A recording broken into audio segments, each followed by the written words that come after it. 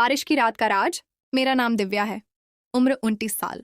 मैं एक साधारण सी घरेलू औरत हूँ, लेकिन अंदर से बहुत अकेली।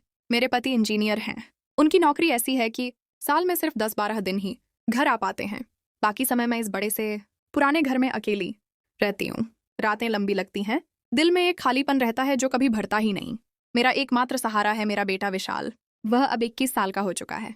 लंबा, मजबूत कद-काठी, जिम जाता है। उसकी मुस्कान देखकर लगता है जैसे सारी थकान उतर जाए। वह अपने नए फ्लैट में रहता है, लेकिन हफ्ते में 2-3 बार जरूर पुराने घर आ जाता है। कहता है, माँ तुम अकेली हो, मुझे चिंता होती है। उस रात बारिश बहुत तेज हो रही थी। आसमान में बिजली चमक रही थी और हवा इतनी तेज थी कि खिड़कियां हिल रही थीं। विशाल शाम को ही आ गया था। उसका फ्लैट वाले इलाके में पानी भर गया था, इसलिए वह मेरे पास आ गया। हम दोनों ड्राइंग रूम में बैठे थे। टीवी पर कोई पुरानी फिल्म चल रही थी, लेकिन बिजली चली गई तो सब अंधेरा हो गया। मैंने कहा, बेटा कमरे में चलते हैं, ठंड भी लग रही है। एक ही बेड पर लेट जाएंगे, जैसे बचपन में करते थे। विशाल मुस्कुराया और बोला, ठीक है माँ। हम दोनों मेरे बेडरूम में चले गए। मैंने हल्की नाइट सूट पहन रखी थी। विशाल ने सिर्फ टी-शर्ट और शॉर्ट्स। हम चादर ओढ़कर लेट गए। बाहर बारिश की आवाज आ रही थी। बिजली की रोशनी में कभी कभी कमरा जगमगा जाता। मैं सो नहीं पा रही थी। विशाल की सांसें मेरे पास से आ रही थीं। उसकी गर्माहट मुझे अजीब सा सुकून दे रही थी। कितने साल हो गए थे, किसी ने मुझे इस तरह से छुआ भी नहीं था। पति की याद आती, लेकिन वह तो दूर थे।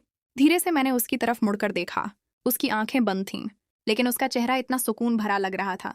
मैंने सोचा, ये मेरा बेटा है, मेरा खून। फिर भी मन में एक अनजाना आकर्षण उठ रहा था। मैंने हल्के से अपना हाथ उसके कंधे पर रख दिया। वह जाग गया। माँ नींद नहीं आ रही क्या? उसकी आवाज में चिंता थी। मैंने धीरे से कहा, बेटा माँ बहुत अकेली हो गई है। तेरे पापा इतने कम आते हैं, रातें कटती ही नहीं। विशाल ने मेरी तरफ देखा। उसकी आंखों में कुछ अलग सा भाव था। वह बोला, माँ मैं हूं ना, तुम कभी अकेली नहीं हो। उसकी बात सुनकर मेरे मन में एक तूफान उठा। मैंने उसका हाथ अपने हाथ में ले लिया। हम दोनों एक दूसरे को देखते रहे। बाहर बिजली चमकी और कमरे में रोशनी फैल गई। उस पल में मैंने महसूस किया कि विशाल अब बच्चा नहीं रहा। वह एक जवान लड़का है जो अपनी माँ को समझ रहा है। धीरे धीरे वह मेरे करीब सरक आया। उसने अपनी बाह मेरी कमर के नीचे डाल दी।